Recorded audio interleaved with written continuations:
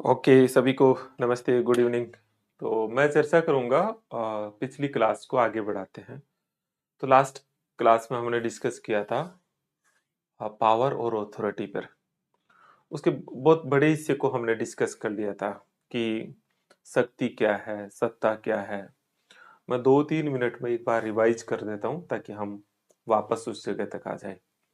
मैंने आपको बताया था कि पावर जो शक्ति है वो परिस्थिति है किसी व्यक्ति की या समूह की जो प्रतिरोध के बावजूद एक व्यक्ति या समूह किसी दूसरे व्यक्ति या समूह पर अपनी इच्छा का आरोपण कर सकता है। वो जो पोजीशन है उसको हम शक्ति कहते हैं। शक्ति का चरित्र प्राय नकारात्मक होता है और शक्ति जो है उसमें लेजिटिमेसी नहीं होती है।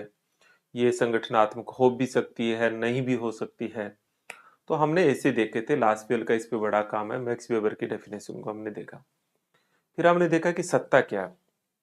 तो सत्ता संगठन में किसी उच्चस्थ की वो स्थिति या अधिकार है जिसमें उसको 3 अधिकार मिलते हैं। निर्णय लेने का अधिकार, आदेश देने का अधिकार और आदेशों का पालन करवाने का अधिकार। ये इसमें लेजिटिमेसी होती है। शक्ति में जब लेजिटिमेसी जुड़ जाती है, वैधता जुड़ जाती है तो वो सत्ता बन जाती है। ये सकारात्मक होता है और ये हमेशा ही संगठनात्मक होता है। ऊपर से नीचे की ओर जाने पर इसकी मात्रा कम होती जाती है लेकिन शून्य नहीं होती। और हमने देखा था कि सत्ता है वो संगठन की आत्मा है, क्योंकि विदाउट ऑथोरिटी जो है संगठन में कोई जीवंतता नहीं रहती, कोई गतिशीलता नहीं रहेगी। क्योंकि सत्ता ही संगठन को निर्णय लेने का आधार प्रदान करती है और अगर किसी संगठन में निर्णय ही नहीं होंगे तो फिर उसका कोई वजूद नहीं होगा। तो इस तरह से हमने देखा कि जो सत्ता है वो संगठन की आत्मा है, वो सर्वव्याप्त है। लेकिन इसकी मात्रा अलग अलग जगह पे अलग अलग होती है, ऊपर ज्यादा होती है, नीचे जाने पे कम होती है।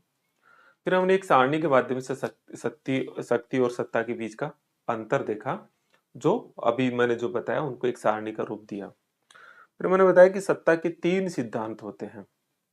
एक ट्रेडिशनल ऑथोरिटी का सिद्धांत देखा, जिसमें सत्ता का स्रोत है वो बेसिकली पद, कानून, संविधान, उच्च का प्रत्यायोजन ये होता है।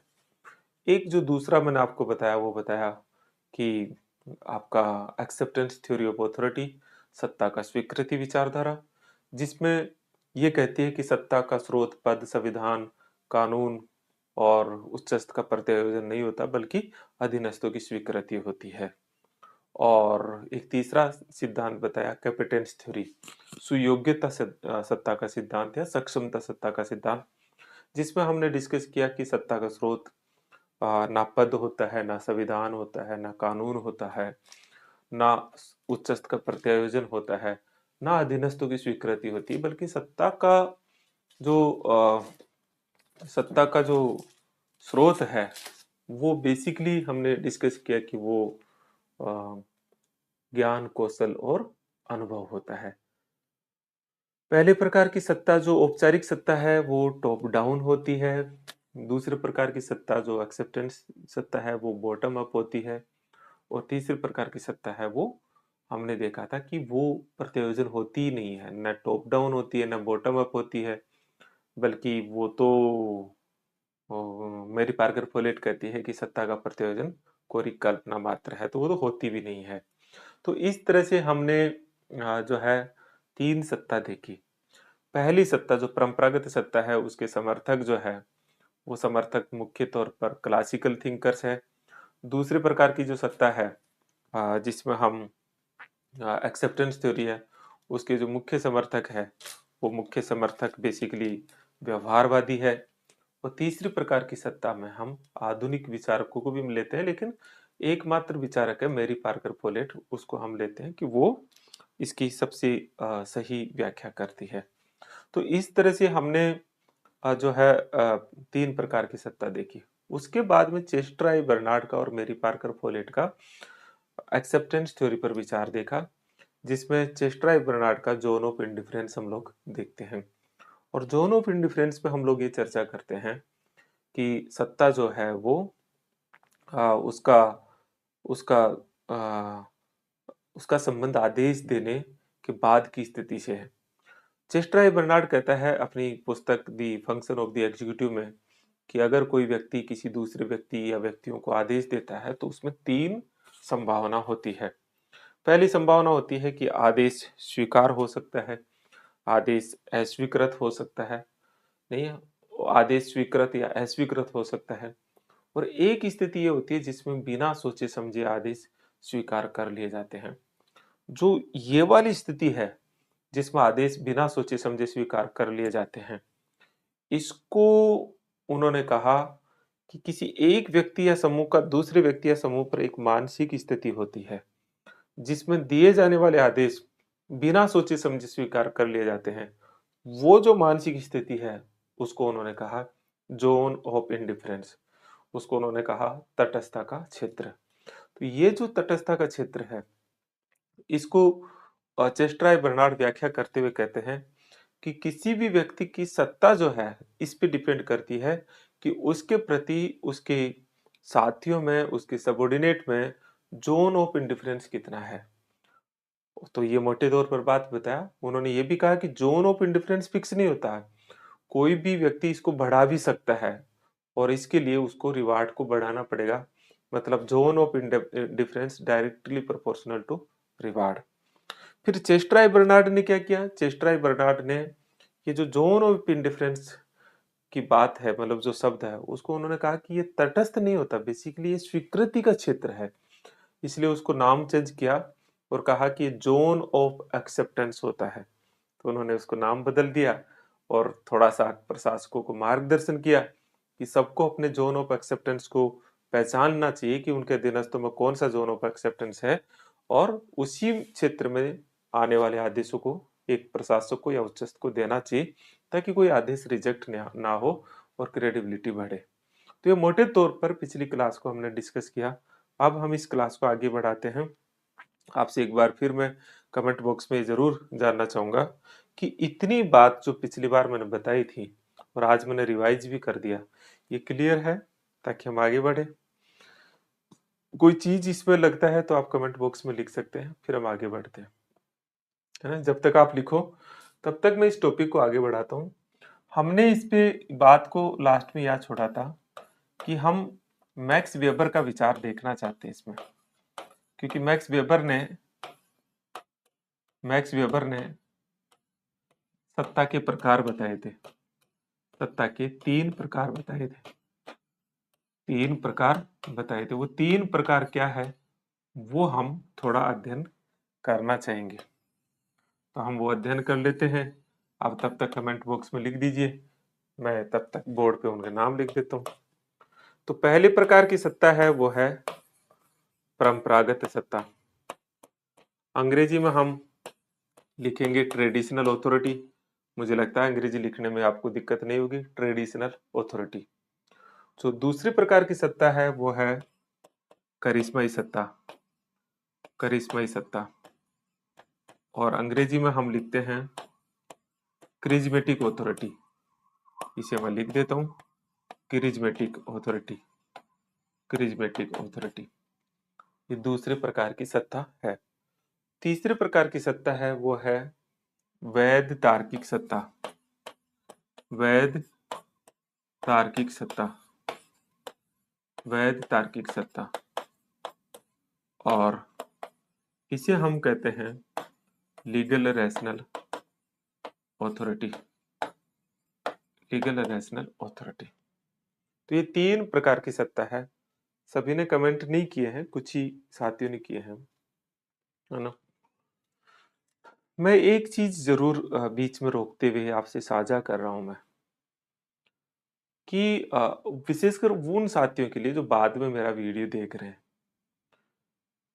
कि आपको ऐसा लगता है कि बाद में हम स्पीड बढ़ा के वीडियो देख लेंगे, तो मैं आपको कह रहा हूं कि वो क्लास आपको सिर्फ मन की संतुष्टि के लिए आप ले रहे होते, वो आपके फायदे की बजाय जो स्पीड बढ़ा के आप देखते हो वो नुकसानदायक होती है। और ऑनेस्टली बता रहा हूँ मेरे अनुभवों से कैसे मैं कॉपी चेक करता हूँ, बहुत बार आपको देखता हूँ अलग अलग एक या दो क्वेश्चंस। आज मैंने एक ऐसे स्टूडेंट की कॉपी के सिर्फ दो क्वेश्चंस चेक किए जो 3 बार आरएस मुख्य परीक्षा में लगातार से विफल हो रहा है। और उनकी कॉपी को देखने के बाद में मुझे एक बात पक्का विश्वास हुआ, जैसे मैं उसको देखता ही रहता हूँ, कभी ना कभी किसी को देख यूनिवर्सिटी में बुला लेता हूँ और एक दो क्वेश्चंस में पता लग जाता है कि आप है ना, मतलब सिर्फ दौड़ रहे हो, आपका बेसिक कंसेप्ट बिल्कुल क्लियर नहीं, आपको लगता है कि फटाफट चीजें याद कर ले, नहीं होता ऐसा।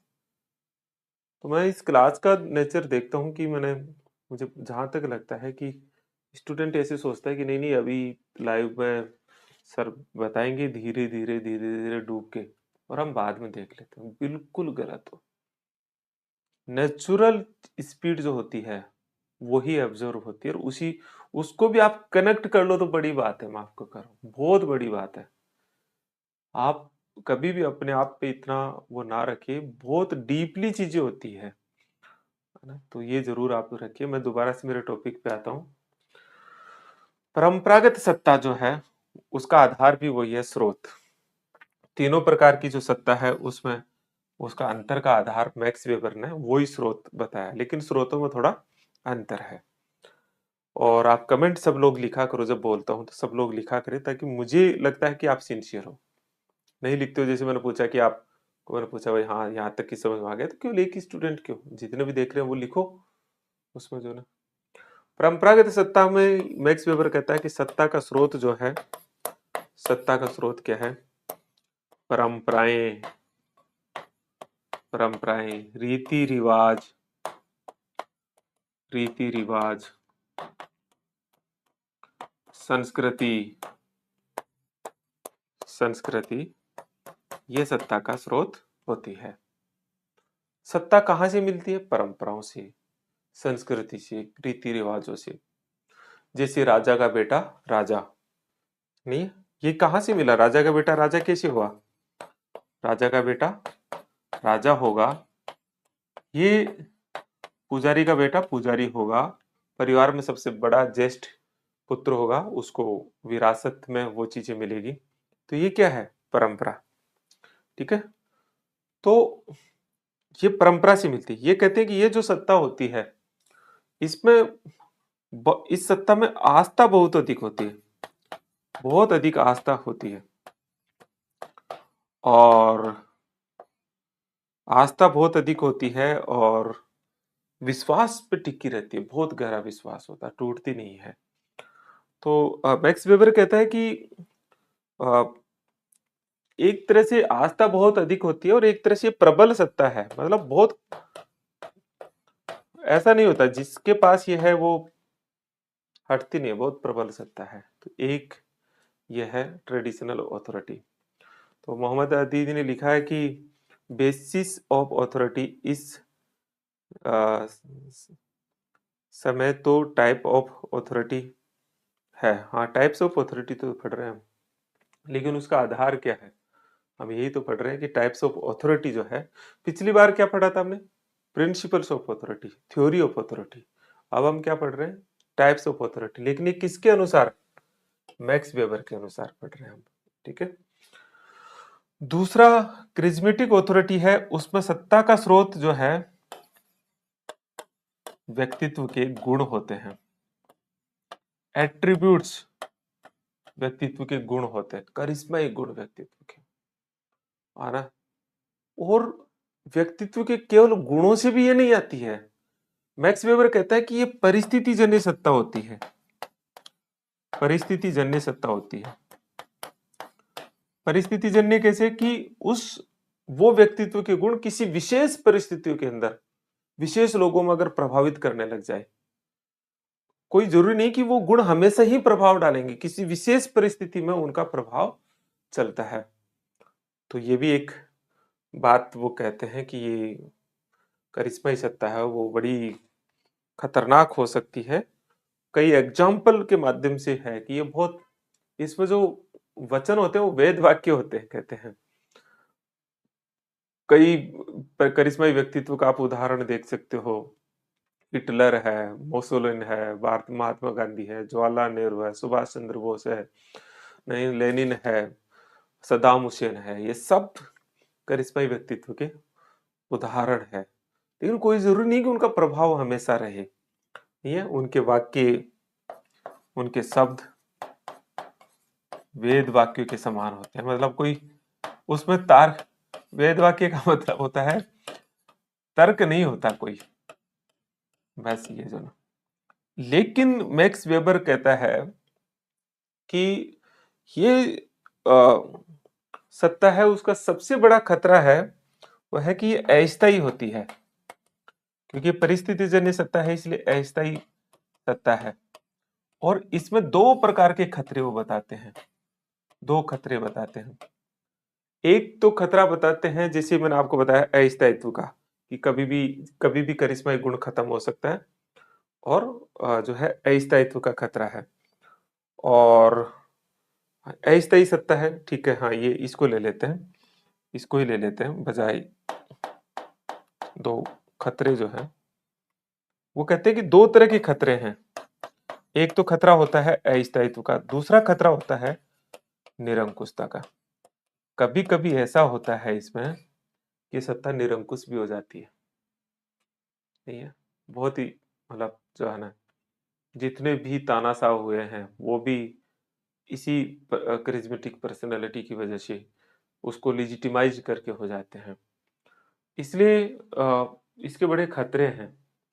आगे वो ये कहते हैं कि जो सत्ता का अस्थायित्व है उसको संस्थागत प्रदान करने के लिए चार तरीके हैं जिनके माध्यम से इस खतरे को कम किया जा सकता है।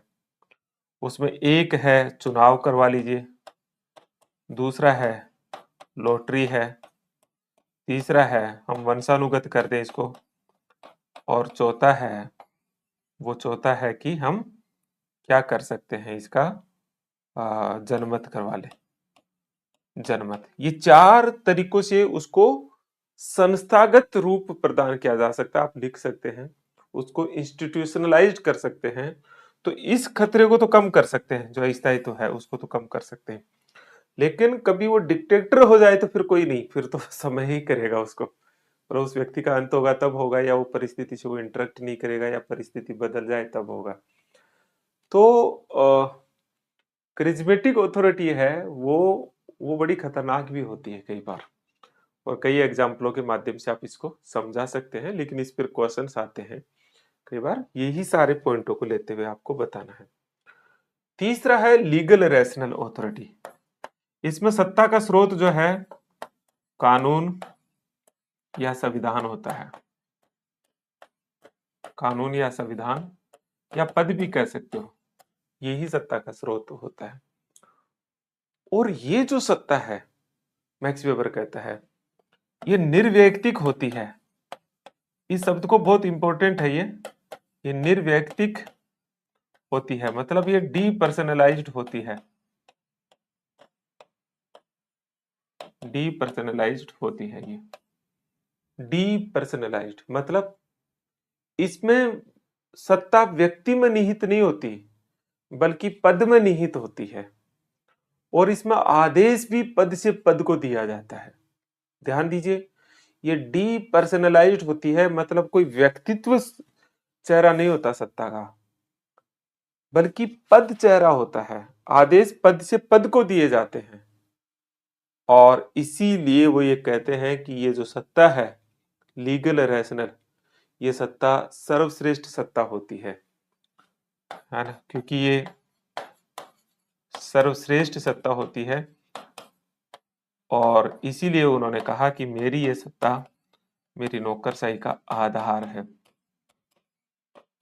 नौकरशाही जो वो आदर्श प्रकार की नौकरशाही बताते हैं, उसका बेस बताते हैं कि मेरा नौकरशाही का मॉडल जो है वो इसी सत्ता पर आधारित है। और इस तरह से वो वैध तार्किक सत्ता बताते हैं। तो इस तरह से मैक्स वेबर ने तीन प्रकार की सत्ता बताई, परंपरागत सत्ता, करिश्मय सत्ता और वैध तार्किक सत्ता, जिसमें वो वैध तार्किक या लीगल रैशनल ऑथोरिटी को सबसे बेस्ट ऑथोरिटी बताते हैं। मुझे लगता है कि ये तीन तरह की सत्ता आपके बहुत क्लियर हो गई होगी, आप आत्मसात कीजिए। मुझे जो आपसे जितना मैं इंटरेक्ट करता हूँ आज के स्टूडेंट से, मुझे यही लगता है कि आपको बेसिक कंसेप्ट नहीं पकड़ रहे हो, आप दौड़ रहे हो, और इसीलिए लिखते समय आंसर में मैं देख रहा हूँ उसके नजदीक भी नहीं पहुंच रहे। जो मर्जी आए वैसे ही लिख रहे हो, जो लिखना है वो लिखना आपको, सवाल की क्या डिमांड है वो उसमें नहीं जाना होता है। अब थोड़ा जैसे मैं आपको आत्मसात करवाता हूँ वैसे आप आत्मसात कीजिएगा, है ना, अच्छे दिन आएंगे फिर आपके भी। ओके, एक सत्ता के और भी हिसाब से सत्ता के प्रकार देखते हैं। एक तो प्रकार हमने मैक्स वेबर के अनुसार देखा, एक संगठन के आधार पर सत्ता के प्रकार हम देखते हैं, और उसमें हम तीन प्रकार के संगठन होते हैं, और तीन प्रकार के संगठनों में तीन प्रकार की सत्ता हम देखते हैं। एक है लाइन ऑथोरिटी, लाइन ऑथोरिटी, सूत्र सत्ता, सूत्र सत्ता।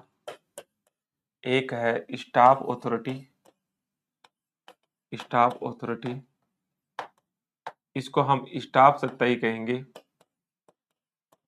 स्टाफ सत्ता। और तीसरा है कार्यात्मक सत्ता या फंक्शनल ऑथोरिटी, फंक्शनल ऑथोरिटी, इसको हम कहेंगे कार्यात्मक सत्ता, कार्यात्मक सत्ता। ये तीन प्रकार की सत्ता, जो तीन प्रकार के संगठनों के बारे में चर्चा है। अब चूंकि मैंने लाइन, स्टाफ और सूत्र प्रकार के संगठनों की चर्चा भी नहीं की है, आपको ये कंसेप्ट भी नहीं आता है, तो थोड़ा सा मैं आपको बता देता हूँ। बेसिकली जब हम संगठन पढ़ते हैं, आपके सिलेबस में नहीं है, दो तरह के संगठन होते हैं। एक तरह का संगठन होता है लाइन संगठन, जो ये है, ये संगठन है लाइन, सूत्र तरह का संगठन, है ना, या ये सीईओ है, ये जो है ना। और एक संगठन इस सीईओ के पैरेलल बगल में होता है, उसे बोलते हैं स्टाफ संगठन, इसको कहते हैं स्टाफ, ये है लाइन। फर्क क्या होता है, ये लाइन जो होता है वो आदेश की श्रृंखला में होता है, मतलब आदेश की श्रृंखला में होता है, और जो स्टाफ होता है वो मुख्य कार्यपालिका, जो टॉप अथॉरिटी होती है, उसके बगल में रहता है। काम क्या है इसका, काम जो होता है वो पॉलिसी मेकिंग होता है, ये पॉलिसी बनाता है, और इसका काम होता है वो पॉलिसी, पॉलिसी एग्जीक्यूशन होता है, नीति का क्रियान्वयन करता है ये। ठीक है, तो दो प्रकार के संगठनों में पॉलिसी मेकिंग और पॉलिसी एग्जीक्यूशन, दो तरह के आपके संगठन है। अब यहां पर ये आदेश की श्रृंखला होती है ना, इसलिए ये इसमें सारे काम पदसोपानिक होंगे, और उसमें जो जो चीजें रहेगी वो पदसोपानिक, और ये जो सत्ता होगी वो सलाहकारी होगी, ये सलाहकारी होगी, क्योंकि ये आदेश की श्रृंखला में काम नहीं करते। ये जनरलिस्ट होते हैं, वो स्पेशलिस्ट होते हैं, ये सत्ता का अभ्यास कर सकते हैं, वो सत्ता का अभ्यास नहीं कर सकते, है ना। तो इसी आधार पे, मतलब इसी आधार पे हम लाइन सूत्र प्रकार के संगठनों में जो सत्ता होती है वो लाइन ऑथोरिटी है। ये क्या होती है, ये पदसोपानिक होगी, मैंने आपको बताया, इसी वहां से आप देख रहे हो, ये हायरार्कियल ऑथोरिटी होती है, पदसोपानिक सत्ता होगी। पदसोपानिक का मतलब है, क्योंकि ये सत्ता का अभ्यास कर सकते हैं, मतलब ये निर्णय ले सकते हैं और आदेश दे सकते हैं,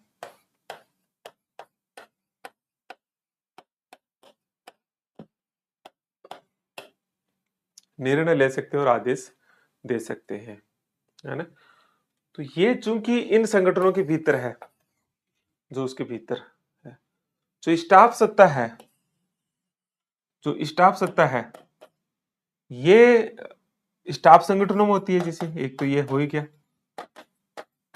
मतलब सलाहकारी होती है, अभी आपको बताया, क्योंकि निर्णय लेना ये नहीं होता इसमें, ये एडवाइजरी नेचर की होती है।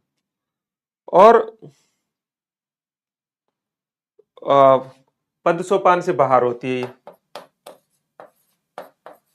पद सोपान से बाहर होती है। अभी दो प्रकार के संगठन है, तीसरा कौन सा आ गया? तो जब हम संगठनों को पढ़ेंगे तो एक तीसरे प्रकार के संगठन होते हैं जो ऑक्सिलरी संगठन कहलाते हैं, फंक्शनल संगठन भी कहलाते हैं। इसका मतलब होता है कि कुछ संगठन ऐसे होते हैं जो संगठन के भीतर कोई विशिष्ट क्षेत्र काम कर रहा हो, मतलब वो नॉलेज बेस्ड हो, कि उसका आधार सिर्फ नॉलेज हो कि ये एक तकनीकी क्षेत्र है। जैसे मैं मेरी राजस्थान यूनिवर्सिटी की बात करूं तो उसके अंदर एक इंजीनियरिंग डिपार्टमेंट भी होता है। तो वो जो इंजीनियरिंग डिपार्टमेंट है वो फंक्शनल यूनिट है और वो अपने क्षेत्र में वही आदेश दे सकती है, उसमें फिर हमारे प्रोफेसरों का कोई काम नहीं होता है फिर उसमें। तो फंक्शनल ऑथोरिटी का मतलब होता है कि किसी विशेष क्षेत्र में किसी विशेष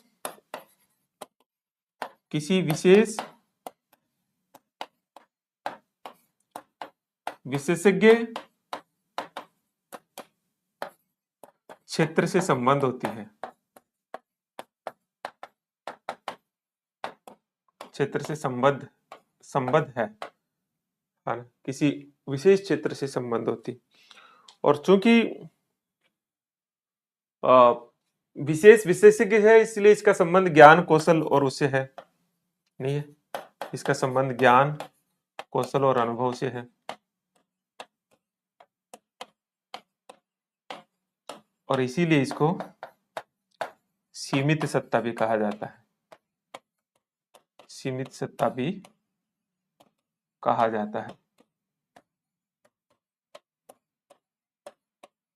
ये फंक्शनल ऑथोरिटी है। तीन तरह की ऑथोरिटी को और हमने बताया। तो इस तरह से मैंने एक टॉपिक डिस्कस किया दोस्तों, ऑथोरिटी। आप मुझे जरूर बताइए कि आप सब जिंदा तो है ना, पढ़ तो रहे हो ना। अब हम लिजिटिमेसी देखेंगे थोड़ा।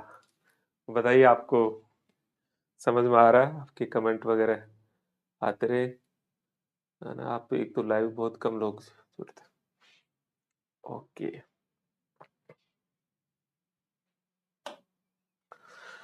अब मैं डिस्कस करूंगा, वो करूंगा वैधता। ठीक है, वैधता अंग्रेजी में हम कहते हैं लिजिटिमेसी। लिजिटिमेसी ये क्या है, इसको समझते हैं। थोड़ा सुना सुना शब्द लग रहा है, पहले भी हम चर्चा कर चुके हैं कि किसी शक्ति में जब लिजिटिमेसी जुड़ जाती है पावर में तो वो ऑथोरिटी बन जाती है। लेकिन लिजिटिमेसी क्या है ना? तो हम क्या कहें लिजिटिमेसी को? हम एक चीज कह सकते हैं कि लिजिटिमेसी का सीधा सरल अर्थ होता है किसी भी सत्ता की सामाजिक स्वीकारोक्ति, किसी भी सत्ता की जो सोशल एक्सेप्टेंस है वो लिजिटिमेसी है। तो किसी भी सत्ता की हम कहें एक शब्द में अगर कोई एक वर्ड जो इसको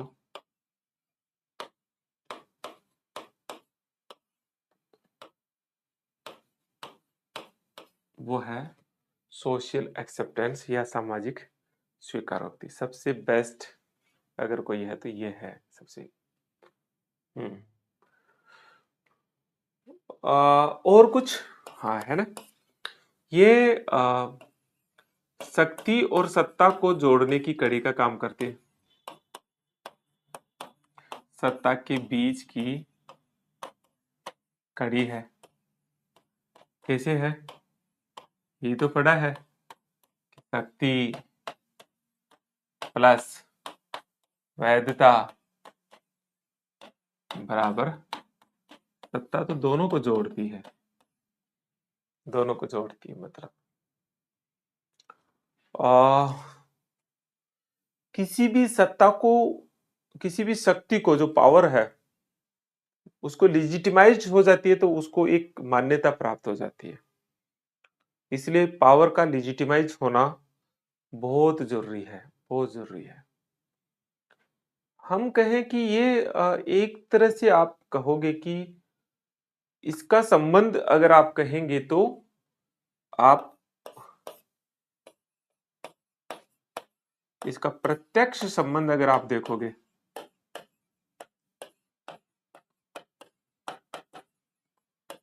बर्नार्ड के तटस्थता के क्षेत्र से है।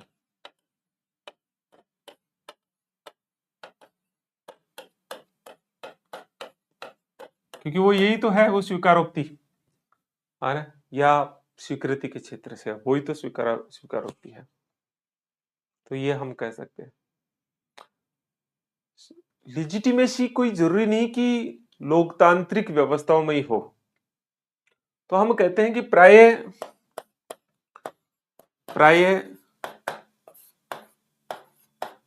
लोकतांत्रिक व्यवस्थाओं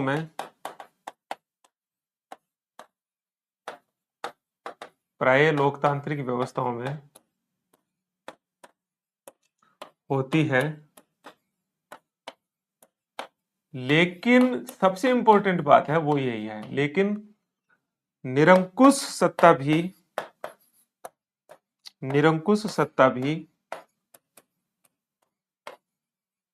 बिना वैधता के स्थायी नहीं हो सकती।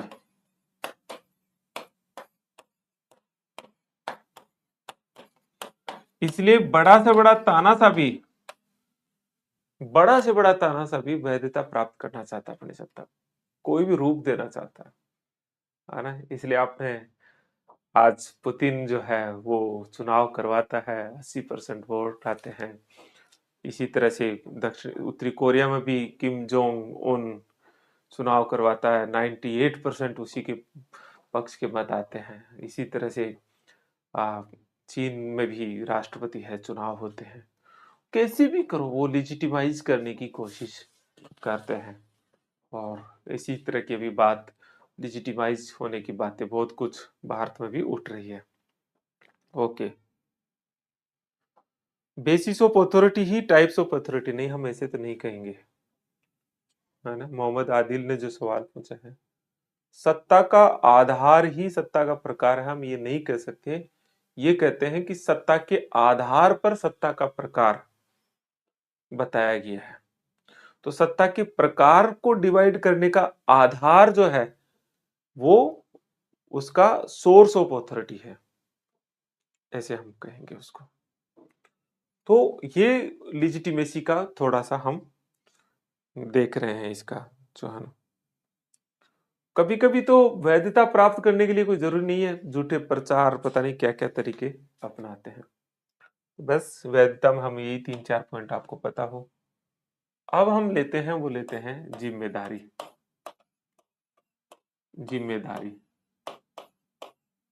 अंग्रेजी में हम कहेंगे रेस्पॉन्सिबिलिटी।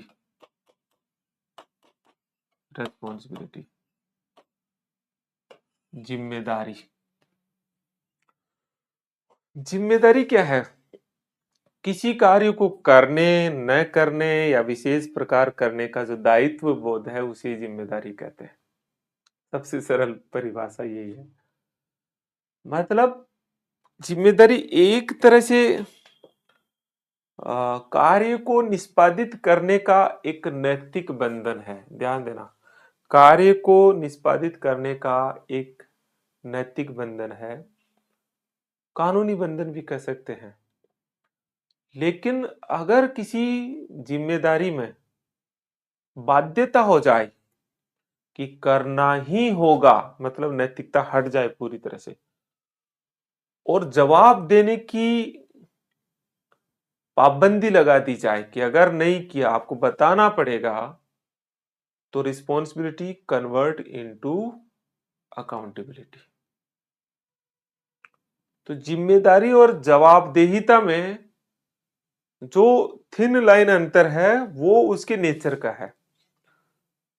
आप सबको अच्छी तैयारी करनी चाहिए, रिस्पॉन्सिबिलिटी।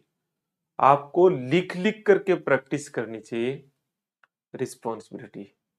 आपकी जिम्मेदारी बनती है कि आप अपने परिवार का, नहीं है, जो कितना मतलब उनको जो कुछ कंट्रीब्यूट करना था इस उम्र में वो ना करके आप उनसे अभी भी ले रहे हो, है ना। उनका समय जो है उनको देना चाहिए था वो आप छीन रहे हो।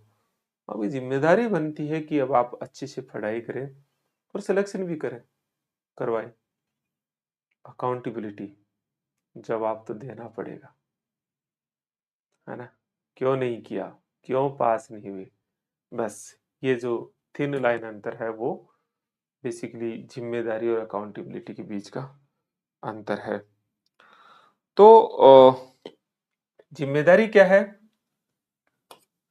संगठन में या कहीं भी, संगठन तो छोड़ दो, इसकी कोई जरूरत नहीं कि जिम्मेदारी संगठन, किसी कार्य को करने का नैतिक या कानूनी बंधन जिम्मेदारी होता है। ये इसका अर्थ है। अर्थ, जब जिम्मेदारी में जवाब देने की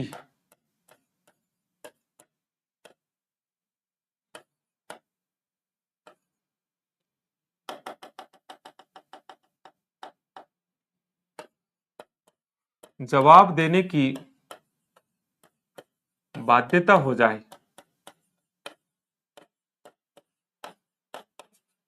नहीं है, तो ये उत्तरदायित्व होता है। सॉरी, उत्तरदायित्व तो मत लिखो, जवाबदेहिता लिखो इसको, जवाबदेहिता, अकाउंटेबिलिटी,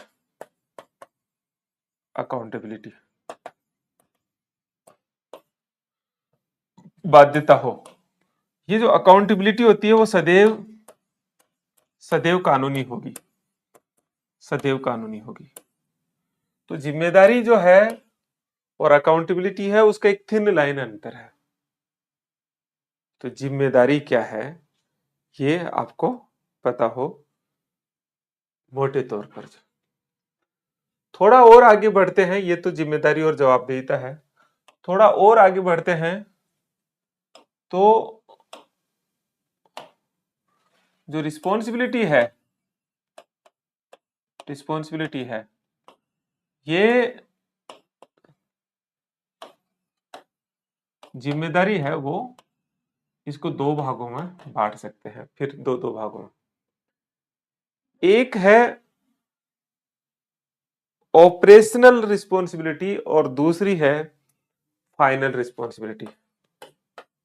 ऑपरेशनल, कुछ पुस्तकों में फंक्शनल भी लिख देते हैं, फंक्शनल, क्रियात्मक जिम्मेदारी हिंदी में। और दूसरी है फाइनल रिस्पॉन्सिबिलिटी, ये अंग्रेजी में ज्यादा अच्छा लगता है इसलिए मैंने अंग्रेजी लिख दिया, अंतिम जिम्मेदारी। अंतिम जिम्मेदारी, क्रियात्मक जिम्मेदारी वो है जिसको ट्रांसफर कर सकता है कोई, मतलब जिसको मैं ट्रांसफर कर सकता हूं, लेकिन फाइनल रिस्पॉन्सिबिलिटी कभी ट्रांसफर नहीं होती है। ऐसे अथॉरिटी भी दो प्रकार की होती है ऐसे। तो ये क्रियात्मक जिम्मेदारी वो है जिसका स्थानांतरण या प्रत्यायोजन संभव है, और इसमें स्थानांतरण संभव नहीं है।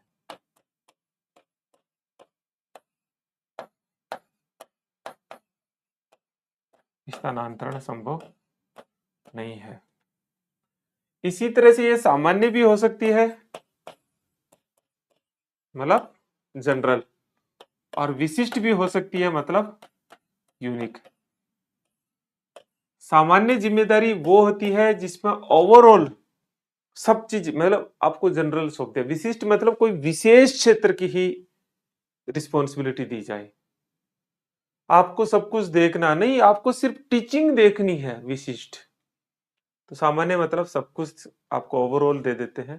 विशिष्ट का मतलब कोई तकनीकी पक्ष ही, कोई तकनीकी पक्ष के प्रति ही होती है। ये इसमें ओवरऑल होता है। ये दो तरह से हम इसको बांट सकते हैं इसको। फिर हम कहते हैं भाई सत्ता और जिम्मेदारी में संबंध क्या है। सत्ता व जिम्मेदारी में संबंध क्या है। और ये सवाल कई बार पूछा जा चुका है कि क्या रिलेशन होता है, और मैं पहले भी कई बार बता चुका हूं। मतलब हमेशा ही दोनों के बीच में संबंध यह होना चाहिए।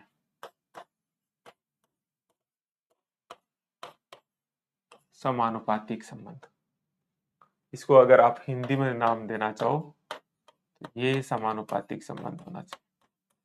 मतलब जितनी अधिक सत्ता उतनी ही अधिक जिम्मेदारी हो। इसे क्या कहते हैं? इसे मैंने कहा था तदनुरूपता का सिद्धांत, थ्योरी ऑफ करेस्पोंडेंट या संवादिता का सिद्धांत। इसे हमने क्या नाम दिया था? संवादिता या थ्योरी ऑफ करेस्पोंडेंट, संवादिता का सिद्धांत। और हमने देखा था कि अगर सत्ता है और जिम्मेदारी नहीं है, जिम्मेदारी 0 है, तो इसका रिजल्ट क्या होता है? तानाशाही। और अगर सत्ता 0 है एंड जिम्मेदारी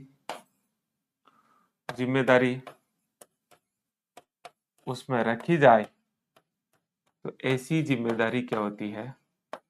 अर्थहीन होती है, मीनिंगलेस होती है। इसलिए सत्ता के अनुपात में ही जिम्मेदारी होनी चाहिए। मेरी क्लास बिल्कुल अंतिम पड़ाव पे है। 1-2 मिनट आपके कुछ क्वेश्चंस हो तो आप पूछ सकते हैं। तो ये मोटे तौर पर हमने देखा था। कुछ पुस्तकों में ये जिम्मेदारी के 3 प्रकार और है। ये आ गया, मतलब सत्ता और जिम्मेदारी को स्पष्ट करते हुए दोनों के बीच संबंधों का उल्लेख कीजिए। ये क्वेश्चंस कई बार पूछा जाता है, बड़ा भी। तो आप सत्ता को बताना है, जिम्मेदारी को बताना है और फिर दोनों के बीच संबंधों को बताना होता है, ऐसे। ठीक है, तो ये भी आप देखेंगे इसमें। अभी हम देखते हैं कि जो जिम्मेदारी है वो कुछ कुछ पुस्तकों में इसको 3 प्रकार किए हुए हैं।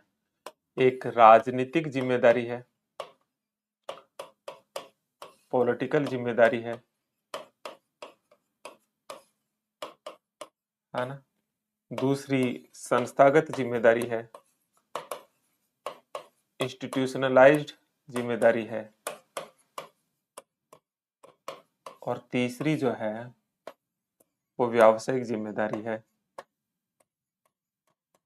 प्रोफेशनल रिस्पॉन्सिबिलिटी है, प्रोफेशनल रिस्पॉन्सिबिलिटी है। कुछ कुछ पुस्तकों में ऐसे 3 भागों।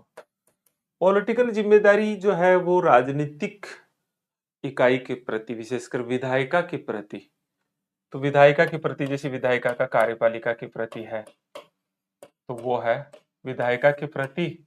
और अंतिम रूप से किसके प्रति? अंतिम रूप से ये जो है हमेशा जनता के प्रति होती है, विशेषकर लोकतंत्र के भीतर। बाकी जगह तो है ही। संस्थागत जिम्मेदारी जो है वो संस्था के प्रति, एजेंसियों की, और विशेषकर संस्था का उद्देश्य, लोकतंत्र में उद्देश्य लोक कल्याण होता है, तो हम कहते हैं ये लोक कल्याण के प्रति होती है।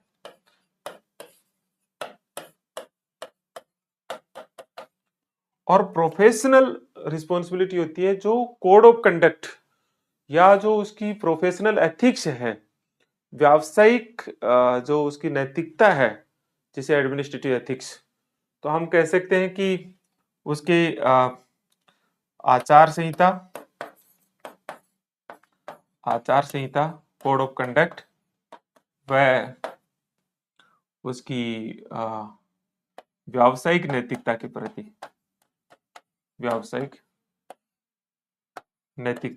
होती है। जैसे लोक सेवकों में नामता, तटस्थता, है ना? ये क्या होती है उसकी उसकी आपकी प्रोफेशनल रिस्पॉन्सिबिलिटी। इस तरह से हमने पावर को देखा, ऑथोरिटी को देखा, लेजिटिमेसी को देखा और फिर रिस्पॉन्सिबिलिटी को देखा। ये एक ही लाइन में एक ही टॉपिक है, लेकिन हम इन्हें 2 क्लासों के भीतर इसको सम अप किया। क्वेश्चन कुछ भी पूछा जा सकता है, कुछ भी पूछा जा सकता है, घुमा फिरा के किसी भी जगह ले जा सकते हैं। सत्ता और शक्ति में अंतर बता दीजिए, सत्ता और जिम्मेदारी में अंतर बता दीजिए, जिम्मेदारी और अकाउंटेबिलिटी, रिस्पॉन्सिबिलिटी और अकाउंटेबिलिटी में अंतर आ जाए, है ना? लेजिटिमेसी और अथॉरिटी के भीतर अंतर आ जाए, है ना? लेजिटिमेसी पे सेपरेट से क्वेश्चंस आ जाए, सत्ता और जिम्मेदारी को समझाते हुए दोनों के बीच संबंध पूछ लिया जाए, नहीं ये किसी विशिष्ट प्रकार को पूछ लिया जा सकता है, सत्ता का प्रत्यायोजन कोरी कल्पना है ये पूछा जा सकता है, जोन ऑफ इंडिफरेंस क्या है और उसका क्या महत्व है ये पूछा जा सकता है, सत्ता का स्वीकृति विचार क्या है और उसका महत्व क्या है ये पूछा जा सकता है, कुछ भी पूछा जा सकता है। जरूरी पूछना नहीं है, जरूरी है अगर आपको टॉपिक आता है तो कुछ भी पूछा जाएगा उसका आप जवाब दे पाओगे। इसलिए शॉर्टकट बंद, कंसेप्चुअल क्लियरिटी डूब के आएगा जवाब पक्का वाला बढ़िया से। ओके, आपके कुछ क्वेश्चंस होंगे तो मैं 1-1.5 मिनट और इंतजार करूंगा। अभी के लिए थैंक यू।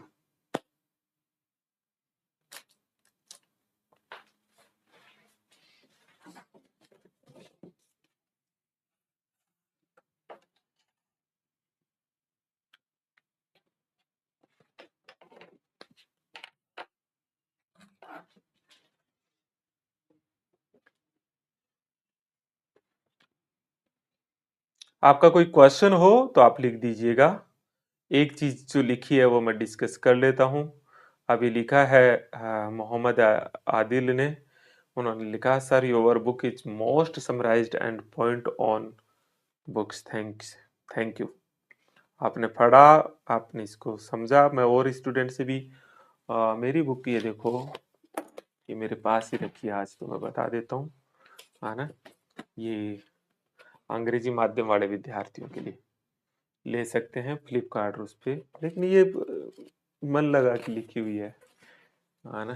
और ये हिंदी माध्यम के विद्यार्थियों के लिए आजकल मैं इस पे काम कर रहा हूँ। आजकल वैसे थोड़ा और आपके एग्जाम को देखते हुए थोड़ा पॉइंट वाइज कहानी में वैसे मैं विश्वास इसी पैटर्न पे करता हूँ, लेकिन थोड़ा ये भी चलेगी, एक और मॉडल देंगे। हाँ, नोट्स स्टाइल में शायद जल्दी आ जाए, उस पे काम कर रहा हूँ मैं। आजकल हो रहा है कुछ टेक्नोलॉजी का सहारा ले रहा हूँ उसमें, देखते हैं उसमें करते हैं आजकल काफी, लेकिन ये बहुत समय मांगता है।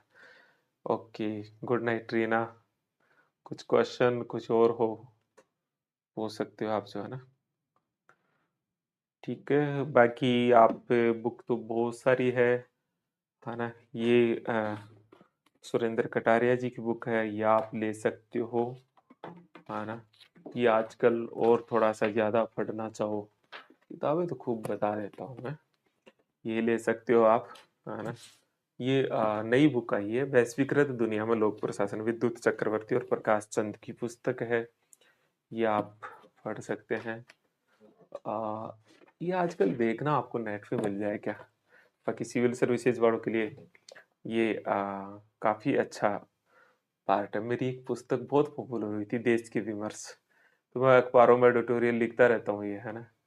हाँ, तो उन अखबारों के एडिटोरियल में से फिर ये मैंने चीज़ों को एक जगह किया था। अब दोबारा फिर आजकल पता है क्या, किताब लिखना है ना, बहुत बहुत रिस्की, क्या उसमें क्या रिटर्न कुछ भी नहीं होती, इतनी मेहनत होती है। और मतलब आप देखिए इतनी मेहनत करे क्या उसका, अब एकेडमिक यूजीसी ने भी नए नियमों में उसके कोई, हमारी उस क्रेडिबिलिटी का कुछ नहीं हो रहा। और उसका आप ये तो भूल ही जाओ, जिसमें ये किताबें लिख दिया ना कितना समय लगा।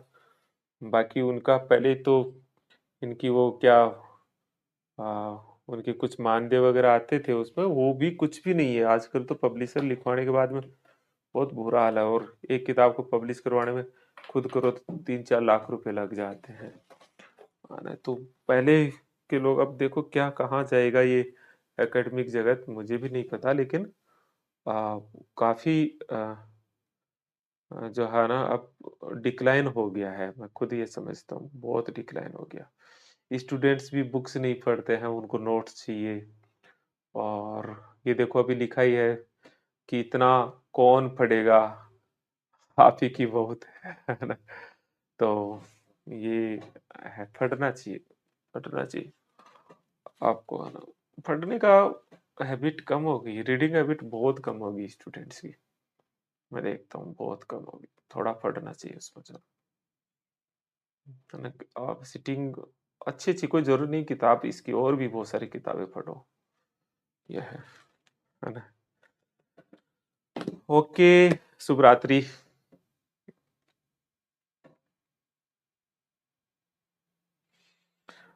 मुझे पूनिया जी सर कह रहे थे कि आप उसके बाद में, पढ़ने के बाद में आप बंद करना भूल जाते हो, तो मैं कह रहा था नहीं, मैं बाद में नीचे बैठ के बात करता हूँ कुछ थोड़ी देर के लिए। तो ये मुझे ठीक लगता है कि 2-4 मिनट बोर्ड पे खड़ा रहूँ इससे। टेक्नोलॉजी आजकल कैमरा घूम जाता है, देखो इस रिमोट से।